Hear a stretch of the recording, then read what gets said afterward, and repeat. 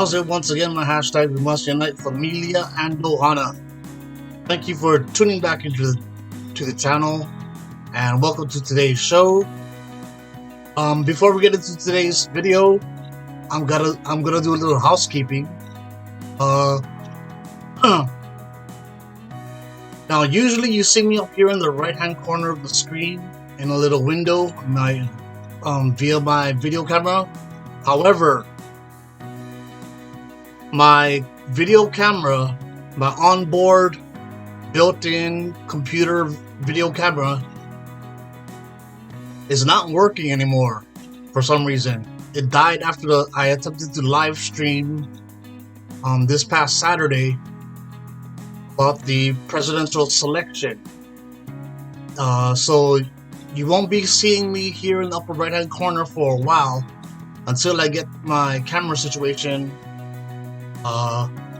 fixed, basically. So there's that, and I apologize for that. But today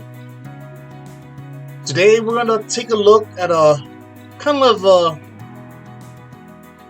an obscure topic, but it's quite important, seeing as though creepy Uncle Joe Biden and Kamala Harris are now the president-elect and vice president-elect of the United States, because apparently they've quote-unquote won the presidential election that was last week, even though Trump is basically not conceding defeat and is actually got some lawsuits going in a couple states like Arizona against the voter counts there. But for the most part, it seems as though creepy Uncle Joe Biden and Kamala Harris will be our next president and vice president. And this topic that we're going to be taking a look at, is kind of obscure, but is quite important in regards to a Biden administration. Okay. In today's video, we're gonna be taking a look at sex workers and their rights, and possibly their loss of rights due to a Biden administration. This article, "A Biden Win is Not a Victory for Sex Workers," comes to us via Jezebel.com. It's a supposedly feminist website. So I was gonna mention this ad or this article during my live stream this past Saturday, but again, my live stream, I couldn't figure out how to screen share properly, so I closed it down and I deleted my live stream. So those of you who were expecting a live stream this past Saturday, I apologize for that as well, but I could not screen share properly. So, but this was one of the articles I was gonna share during that live stream. Again, this is about sex workers and possibly their loss of rights. And when I mean sex workers, I mean escorts or, furthermore, prostitutes. But the reason why I wanted to touch on this article during my planned live stream this past Saturday is because it will touch upon a certain specific alphabet letter anon group,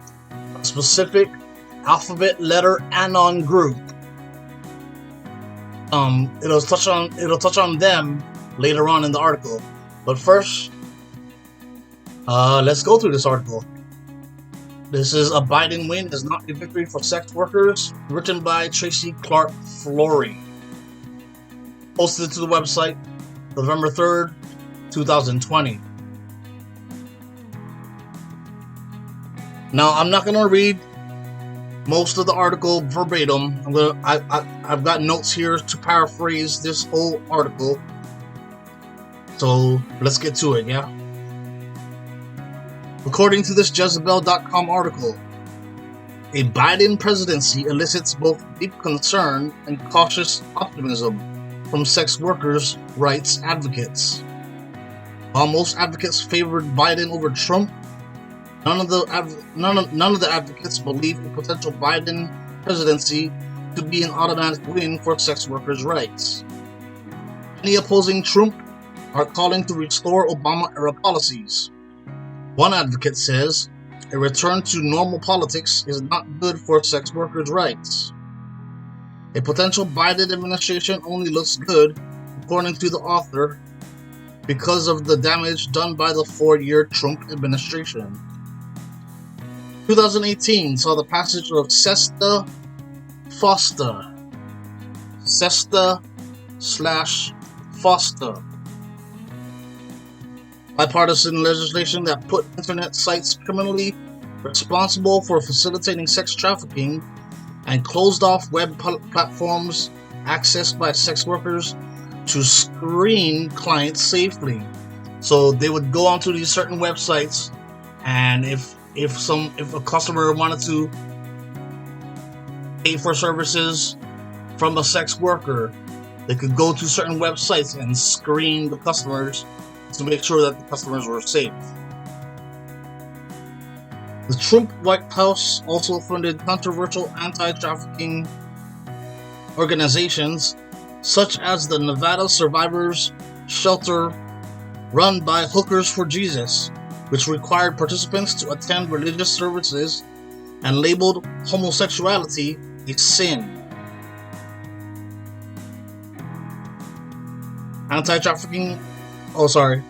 However, when it comes to Biden, there are still concerns. Uncle Joe has not made his position on the issue definitively clear. One advocate theorizes things to become worse for sex workers' rights.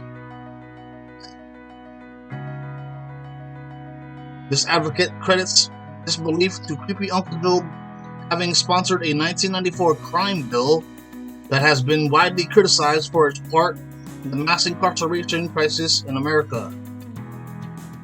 Being tough on crime, which Joe promotes, is really not helpful to all sex workers, says the advocate.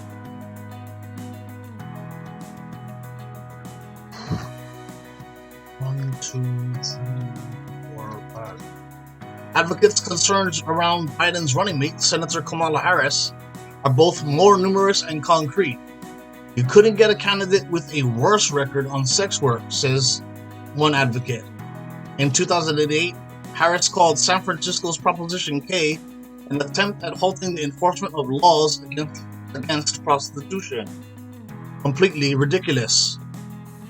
Harris also infamously pursued the shutdown of Backpage and the prosecution of the site's owners, despite warnings that shuttering the site would put sex workers in greater danger and make it harder to investigate sex trafficking cases, which it did. Also helped develop the devastating SESTA/FOSTA, specifically as a means of targeting Backpage. And again, they're referring to Backpage.com, where you could go there and you could hire prostitutes for service. However, in a 2019 interview, Harris seemingly shifted her stance, supporting the decriminalization of sex work in the U.S. and favoring the Nordic model, where sex workers, customers, would be criminalized instead, which has numerous unintended negative consequences in itself. Another advocate mentions how federally sex work is often mistakenly conflated with sex trafficking. According to advocates, a fresh administration brings opportunity to decouple the separate issues.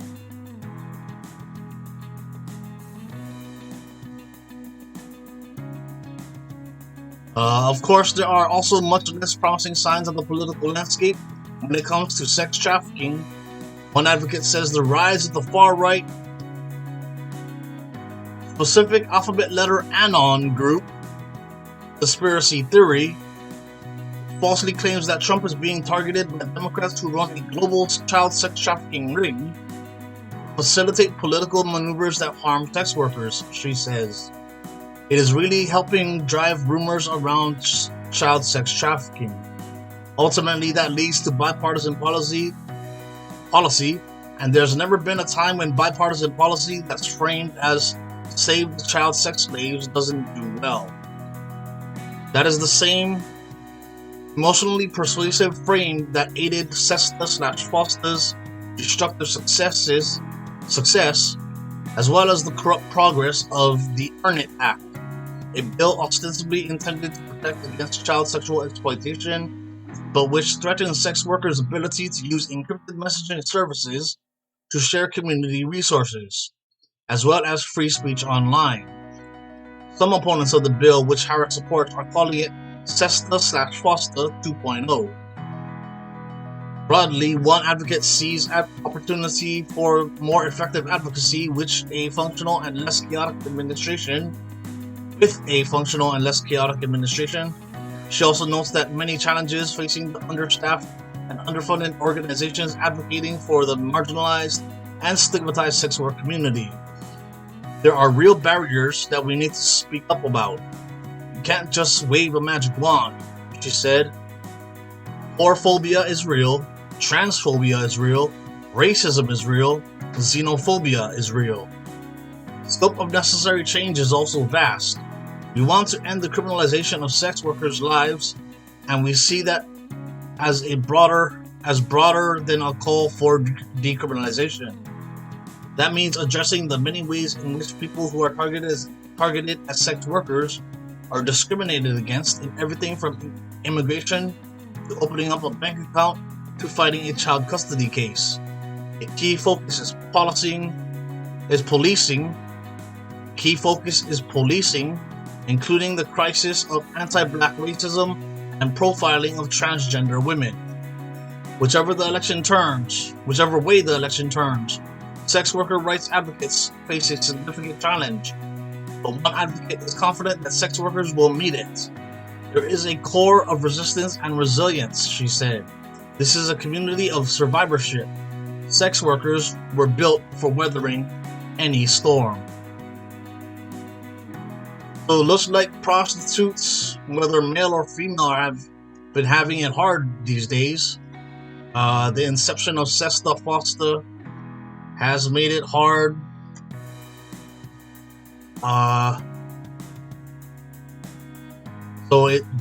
SESTA/FOSTA took down websites that were facilitating sex trafficking, but also shuttered a host of platforms used by sex workers to safely screen clients. And that's important, because prostitution in most states in America is illegal, but believe it or not, prostitutes still have rights. They're still human beings. But you can't just go around murdering prostitutes. That's even worse than prostitution. That's murder. So it looks as though sex workers, whether male or female, have been having it hard as of late. And they're saying that just because creepy Uncle Joe Biden and Kamala Harris comes in as our new president and new vice president doesn't necessarily mean it's gonna be a good thing for sex workers' rights. So they're hoping that legislation will be written up that will help sex workers rather than hurt them or make life harder for them. Like when Backpage was still up,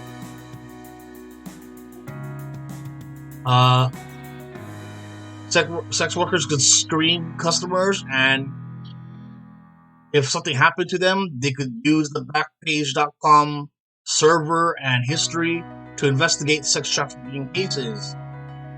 But since Backpage has been brought down by Harris and Joe Biden's crime bill, it's been harder for them, and they're even talking about going to the Nordic model, which decriminalizes sex workers while criminalizing their customers. So rather than arresting the prostitutes, you arrest the Johns under the Nordic model. So will things be better for sex workers under a Biden-Kamala administration? We're gonna have to just wait and see. We're just gonna have to wait and see. Okay, so this was my video for today. I know it's kind of an obscure topic, but again, it mentioned that specific alphabet letter anon, and the whole conspiracy surrounding that. You know, it's the author says the whole specific alphabet letter anon group conspiracy theory falsely claims that Trump is being targeted by Democrats who run a global sex trafficking ring. Now let's get this straight, yeah? The global child sex trafficking ring is accessed and run by both the Democrats and Republicans. So the whole specific alphabet letter anon group was a psyop. Like a call for an uprising says, it was a psyop to take away people's freedom of speech and lump all truthers in with the specific alphabet letter anon group. That way they're labeled as conspiracy theorists, and their YouTube channels, like a call for an uprising here on YouTube, like his channel has been getting hit by censorship. A lot of other people's YouTube channels has been getting hit with censorship. I've been getting hit with censorship. But also, the specific alphabet letter anon group, to me, there's a second reason for the psyop, yeah? To me, it was to people who label themselves as that specific alphabet letter anon followers are now labeled and marked and noted in the mainframe, the computer mainframe that the government, Illuminati, New World Order has, called Main Core, the database called Main Core.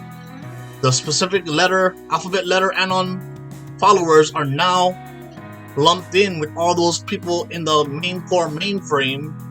And the Main Core mainframe is the list of names of the people the government wants to round up and put in FEMA camps. So to me, that was another reason for the specific alphabet letter anon group, because the whole thing blew up and got big, and now people who proclaimed to be followers of that group are now tagged in the Main Core mainframe as patriots. Yeah, patriots, which is what the government wants to get rid of and put in FEMA camps. So that was, to me, that was another reason for the specific alphabet letter anon group. So that was today's video for the hashtag We Must Unite. I know it's kind of obscure, but it's still kind of, we still gotta remember that sex workers have basic civil and human rights afforded to them. And just because creepy Uncle Joe Biden and Kamala Harris are now President-elect and Vice President-elect doesn't mean things will get better for them. So that's my video for now. My hashtag We Must Unite, Familia and Ohana. Feel free to like, share, comment, or subscribe. If you subscribe, hit the bell icon. Every time a new video gets posted to the hashtag We Must Unite YouTube channel, you'll get a bling, or a ring, or a ding. They're all pretty much the same thing. You get the gist. Every time a new video gets posted, you'll get notified immediately, and you can tune in right then and there. So, my hashtag We Must Unite, Familia and Ohana. As always, till next video, stay safe, stay vigilant, peace, and aloha.